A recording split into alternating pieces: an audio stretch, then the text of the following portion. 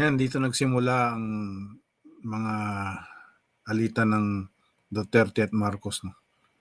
Nung tinanggal siya sa DepEd Secretary or umalis siya sa tingin niya. So, panoorin natin to. Mag-react lang tayo dito sa YouTube video na nakita ko dito. This is the Vice President of the Philippines. Nagbilin na ako, ma'am. Pag namatay ako, sabi ko, huwag ka tumigil hanggang hindi mo mapatay sila. She's threatening to kill the president if she's killed. Even though Filipino politics is known for high drama, this was extraordinary. Right now, the tensions have already evolved into an open feud. The political battle between President Ferdinand Marcos Jr. and Vice President Sara Duterte is playing out like a thriller. But there's more at stake than meets the eye. Filipinos understand the underdog situation that they're in terms of geopolitics. The Philippines is on the front line of China's territorial. So meron din tayong dispute sa China regarding the West Philippine Sea, mga Scarborough Shoal. Ito yung ini-introduce nila sa video ito, no? Claims in the South China Sea and would play a major role in any US effort to counter a possible Chinese invasion of Taiwan. The Philippines is a key ally for the US here in Asia. It is located in a very strategic spot. But this alliance is under pressure as Sara Duterte backs closer ties with China, and her case is being helped by aggressive US tariffs. Well, President Trump says the US has reached that trade deal with the Philippines. Trump's presidency has upended just about every assumption you could have about America in the world. The Philippines sits in the middle of the China-US power struggle. Which way it swings will have consequences far beyond its borders. Yan, Philippines on the front line. Strategically, ang Philippines is nasa tamang lugar. Kaya nandun yung mga bases, US bases ng US. Dati umalis na sila tapos ngayon bumabalik na dahil sa threat sa China. Pag-invade sa Taiwan.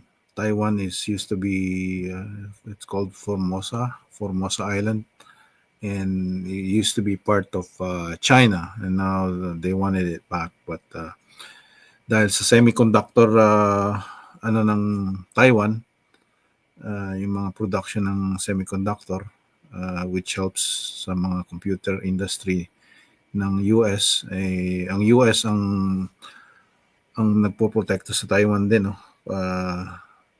Sa tulong ng Pilipinas, naglagay na sila ng mga troops sa Philippines. Yan, panoorin pa natin to. Meet the Marcoses. This is former President Ferdinand Marcos and his wife and former First Lady Imelda Marcos. Yan, history ng Pilipinas simula nung pinanganak ako, sila nang may power hanggang until 1986. Yan. Who you may remember is quite the fan of footwear. And this is their son, Ferdinand Marcos Jr., also known as the current president of the Philippines. Now meet the Dutertes. This is Rodrigo Duterte, another former president, and his daughter, Sara Duterte, the current vice president of the Philippines, who, 14 years ago, fell out with the sheriff. Problem is, President Marcos and Vice President Duterte were a team, but now they're at each other's throats and have very different visions for their country's foreign policy. Marcos Jr., referred to as Bong Bong, has cultivated close ties with Washington, while his political rival has followed in her father's more pro-China footsteps. Sara Duterte is trying to take a more neutral stance. Medyo din pala to, sa Western media medyo bias dahil ang mga Duterte naman kung saan nagbe-benefit ang Pilipinas, doon sila kumukuha ng investment money, right? But Ganun din naman ang US hindi naman nagpapatalo din ng US pagka yung sa interest nila sa Philippines hindi naman nila talagang planong tulungan ng gusto ang Pilipinas, bagkos sariling interest lang ng US ang kanilang ginagawa, imperialism kagaya ng dati. But I'm not saying I'm pro-China, but yun ang pinakamalapit na superpower sa Pilipinas, so we have to be friends with them. That's my opinion, right?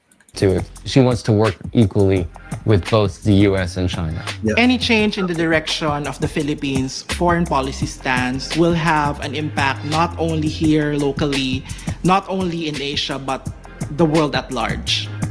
And here's why. The Philippines was a US colony till 1946.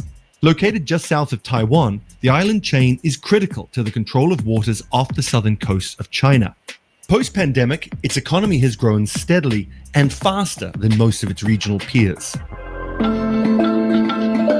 The Philippines matters to the US as it's among its allies that it uses to secure trade routes and peace in the region since World War II. But relations between Washington and Manila are caught up in the political feud we mentioned earlier. Marcos's term is due to end in 2028. Due to end in 2028. That's why sila yung pinsan niyang si Martin Romualdez they're trying to i-indict si VP Sara Duterte para matanggal siya sa presidente sa 2028 Pero wala namang may gusto kay Martin Romualdez. Duterte is emerging as his likely successor. Their alliance was extraordinary to begin with, but their open hostility even more so. So how did things get so wild, and what can that tell us about what to expect next? Marcos Sr. led the country for 21 years, from 1965 to 1986. He and his wife are accused of stealing $10 billion from the state during his term. Totoo yan. Si Imelda, magnanako yung tsaka yung kanyang asawa. As well as torturing and killing thousands of political opponents. But to his supporters, Marcos Sr. was a hero who drove the Philippines' economic development. Former President Rodrigo Duterte served from 2016 to 2022.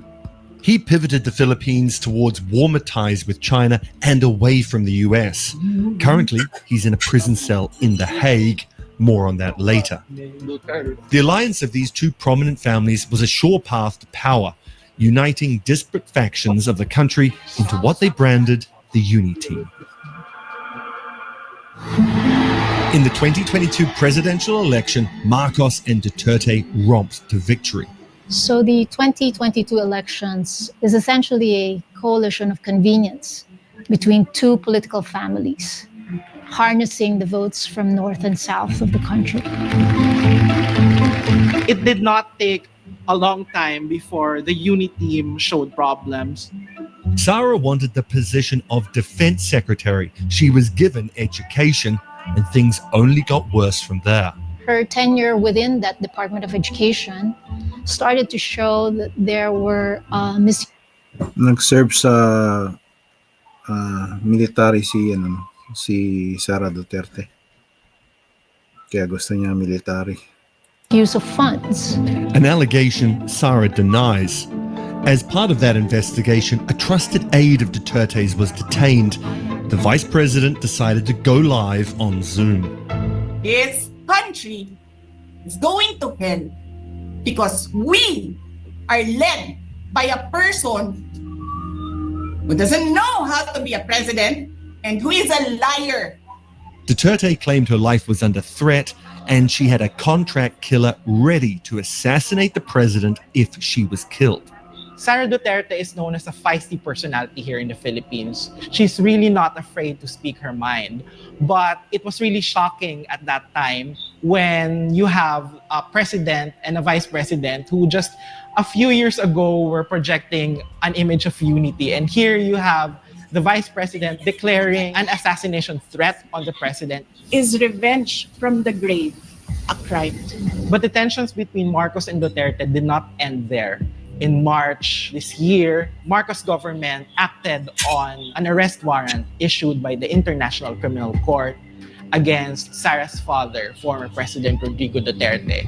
He was charged by the International Criminal Court with the murder of dozens of alleged drug dealers, but human rights groups say the victims number in the thousands. He was flown to The Hague. But if this was supposed... Si Presidente Rodrigo Duterte lang ang nakalinis ng bayan ng Pilipinas. Natakot yung mga drug addict. Bagkos ngayon mga nagra-run na yung mga sindikato at mga drug addict sa mga kali ngayon. Hindi na sila takot. to hurt Sara, it backfired. The Duterte clan heavily criticized this move. They portrayed this as also a surrender of Philippine sovereignty. So they said handing over the former president to the ICC was actually an act of kidnapping. When kidnapping is allowed as a means of acquiring the jurisdiction of the accused, we think this too is a travesty of justice. Ganito din ang tactic ng tatay niya nung kapanahonan niya.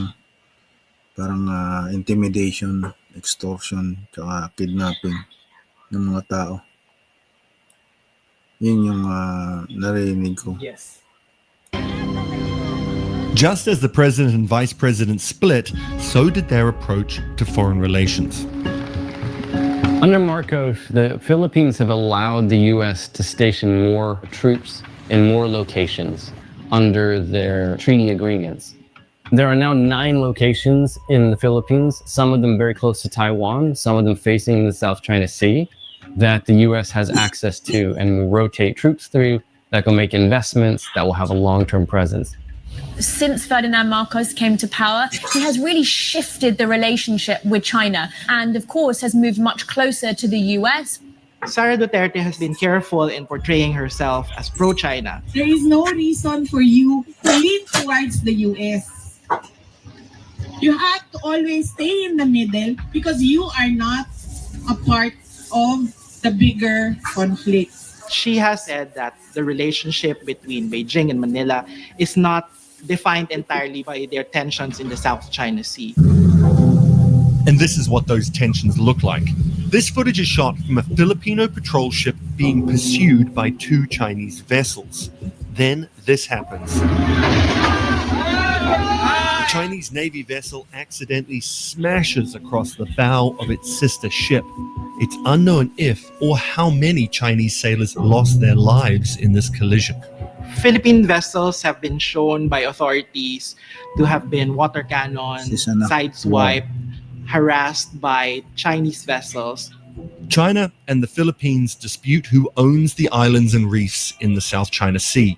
China's vast claims are encompassed in what's known as the 10-dash line, which sweeps down from Taiwan to the Philippines, Tinatawag sa basketball buhay Malaysia, and up Vietnam's coast.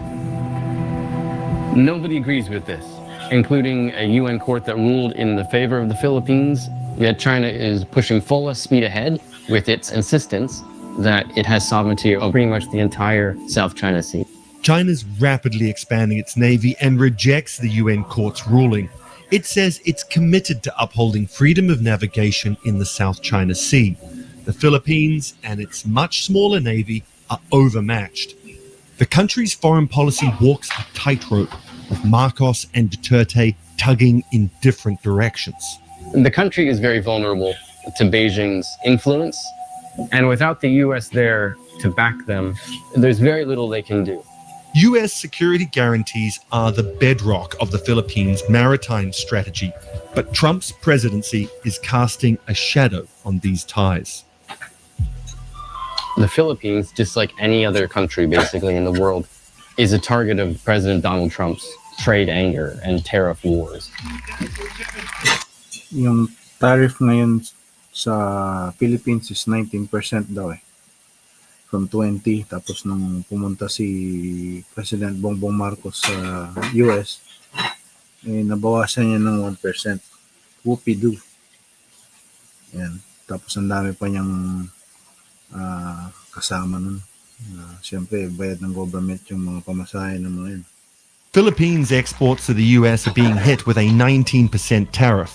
President Marcos flew to meet President Trump in July this year in the hope of getting a better deal. It didn't help. Marcos got stuck with the same rate as everyone else did, despite the fact that they have opened up this access to US defense. As Trump redefines America's role in the world, nations like the Philippines are left to wonder, can they still rely on the US? The US is losing its commitment to its role as a peacemaker, and Trump is saying these approaches to free trade and alliances as more of a hindrance to the United States. Meanwhile, the feud between Duterte and Marcos continues. Duterte has pulled off an incredible reversal of fortunes, avoided impeachment for threatening to have the president killed, and impeachment for alleged corruption. She's now, with her more China-friendly policies, the most popular candidate to be the next Philippine president. After the arrest of her father, her popularity started to increase again, and the ratings for Marcos started to decline.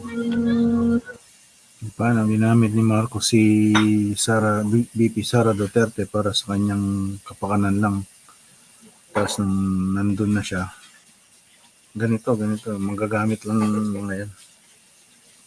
Yan. The Trump administration is exerting economic pressure on its allies in the region that could give the Philippines more reason to lean away from the US.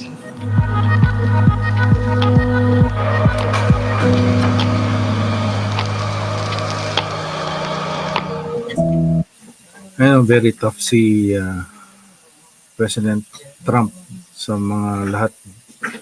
I think he treats everyone equally outside of the US.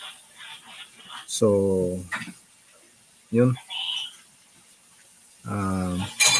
Let's just see what happens sa 2028 at saka sa mga current events na nangyayari ngayon sa Pilipinas.